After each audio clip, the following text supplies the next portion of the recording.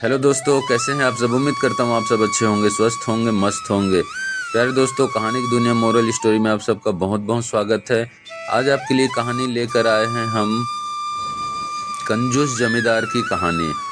प्यारे दोस्तों, आइए सुनते हैं आज की कहानी।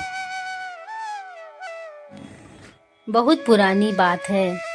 किसी गांव में एक जमींदार रहता था। वह बहुत कंजूस था। वह अपने खेत जोतने के काम में जिसे रखता, वह कुछ समय बाद ही काम छोड़कर भाग जाता था, क्योंकि जमीन जोतना, बीज बोना, पानी देना, इन सब कामों के लिए वह केवल खाने भर को ही देता था। फसल कट जाने पर वह खाने को भी नहीं देता था। इस जमींदार की कंजूसी के बारे में सारे गांव में चर्चा थी। एक समय ऐसा आया कि उसे खेतों पर काम करने के लिए आदमी मिलना मुश्किल हो गए। वह जिसे भी काम पर रखने की कोशिश करता, वही दुगने पैसे मांगता। उसी गांव में एक श्याम नामक एक बुद्धिमान लड़का रहता था।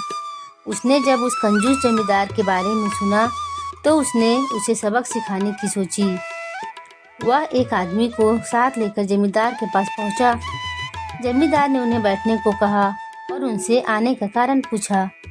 श्याम ने बताया कि वह उसके खेतों पर काम करना चाहता है।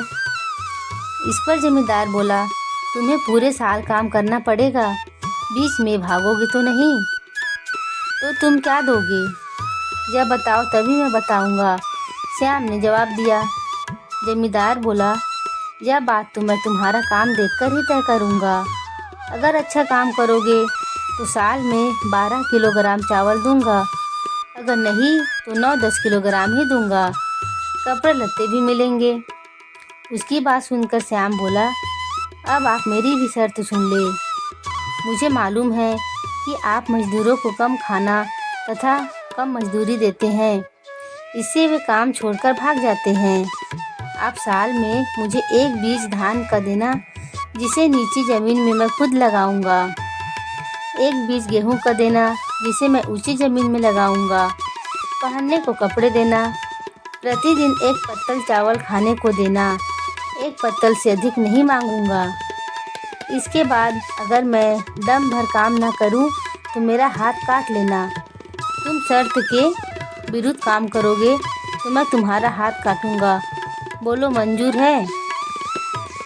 जमींदार को भला इसमें क्या आपत्ति हो सकती थी। उसने उसकी शर्त मान ली। श्याम ने मजदूरी करनी शुरू कर दी। जब वह खाना लेने के लिए हाजिर हुआ तो एक लंबा चौड़ा केले का पत्ता लेकर हाजिर हुआ। जमींदार ने जब केले का पत्ता देखा तो वह गुस्से में लाल होकर बोला, तुम केले के पत्ते में चावल खाओगे? समझ क्या रखा है? पर मालिक, शर्त तो यही थी ना? श्याम मुस्कुराकर बोला, हाँ यही थी। जमींदार ने झुंझलाकर उत्तर दिया। विवश होकर उसे केले के पत्ते में ही चावल देने पड़े। अब तो वह रोज ही केले के पत्ते में चावल खाता। रसोइये ने भी जमींदार से कहा, यह तो अजीब बात, चावल बनाते बनाते हालत खराब है। हुजूर, या आप किस तरह के आदमी को पकड़ लाए हैं? 10-10 आदमियों के चावल अकेले ही खा जाता है।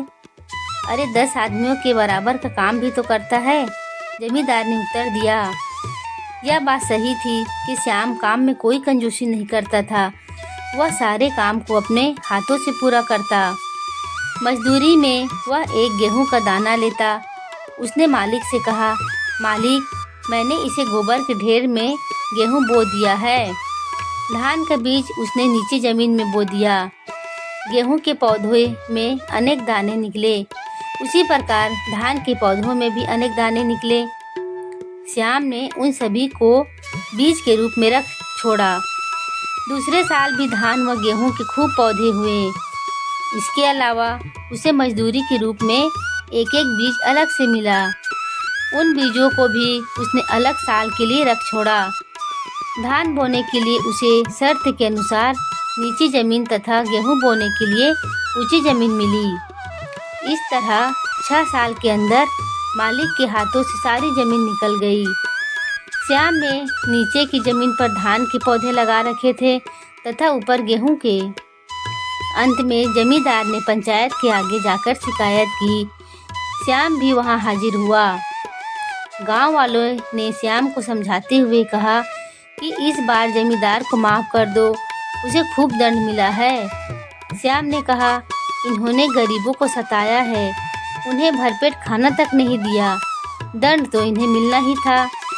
अरे नहीं, इनको थोड़ी सी जमीन तो दे दो। पंचों ने श्याम को समझाया। ठीक है, ये अपना हाथ काट दे। श्याम बोला, नहीं नहीं, मैं अपना हाथ नहीं काटूंगा। जमींदार बोला।